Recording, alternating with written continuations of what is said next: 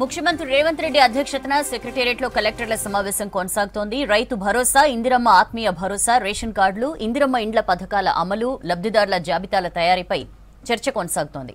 జనవరి 26 నుంచి 4 పథకాలను ప్రభుత్వం ప్రతిష్టాత్మకంగా అమలు చేస్తుందన్నారు రేవంత్ రెడ్డి.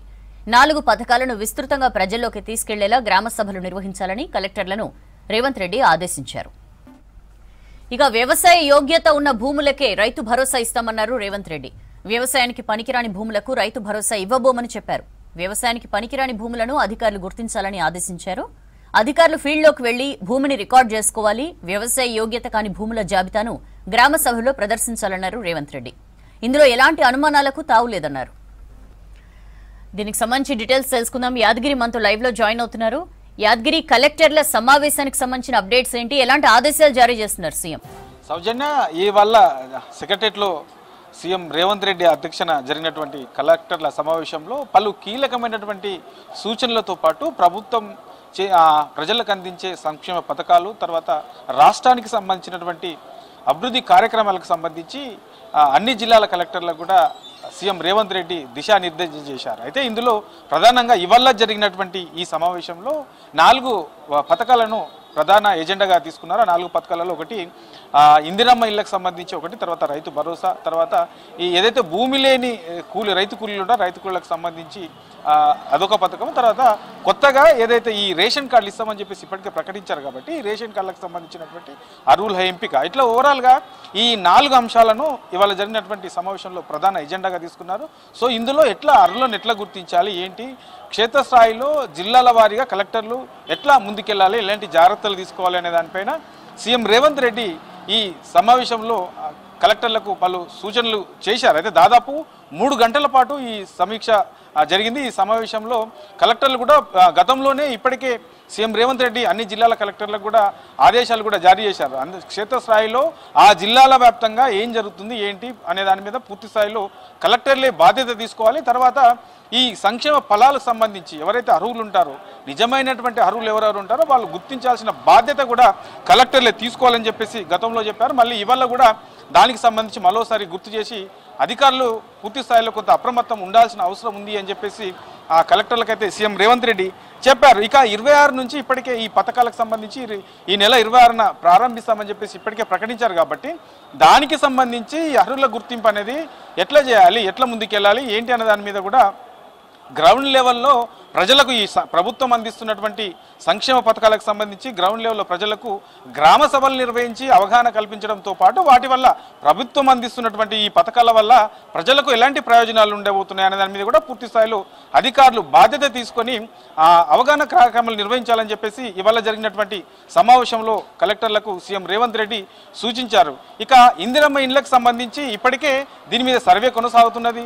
సో నిజమైనటువంటి అర్హులు ఎవరు అనేది 4-5 రోజుల్లో అది కూడా అర్హుల ఎంపిక కూడా జరగబోతుంది కాబట్టి దీనికి సంబంధించి గ్రౌండ్ లెవెల్లో గ్రామాల వారీగా సో ఆ జిల్లాకు సంబంధించిన కలెక్టర్ పూర్తి బాధ్యత తీసుకోవాలి. ఆ తర్వాత అక్కడ అర్హుల ఎంపికకు సంబంధించి ఆ జిల్లాకు సంబంధించినటువంటి ఇన్ఛార్జి మంత్రి ఎవరైతే ఉంటారో ఆ ఇన్ఛార్జి మంత్రి ఆమోదంతోనే అక్కడ అర్హులను ప్రకటించాలి, ఇందిరమ్మ ఇల్లు ఇవ్వాలి అని చెప్పేసి ఆ దిశగా కలెక్టర్లంతా కూడా ఇట్లాంటి విధానాలు పాటించాలని చెప్పేసి ఇవాళ జరిగినటువంటి సమావేశంలో కలెక్టర్లకు సీఎం రేవంత్ రెడ్డి సూచించారు. ఇక దీంతో పాటు ఈ నెల 26న ఈ పథకాలు ప్రారంభిస్తారు.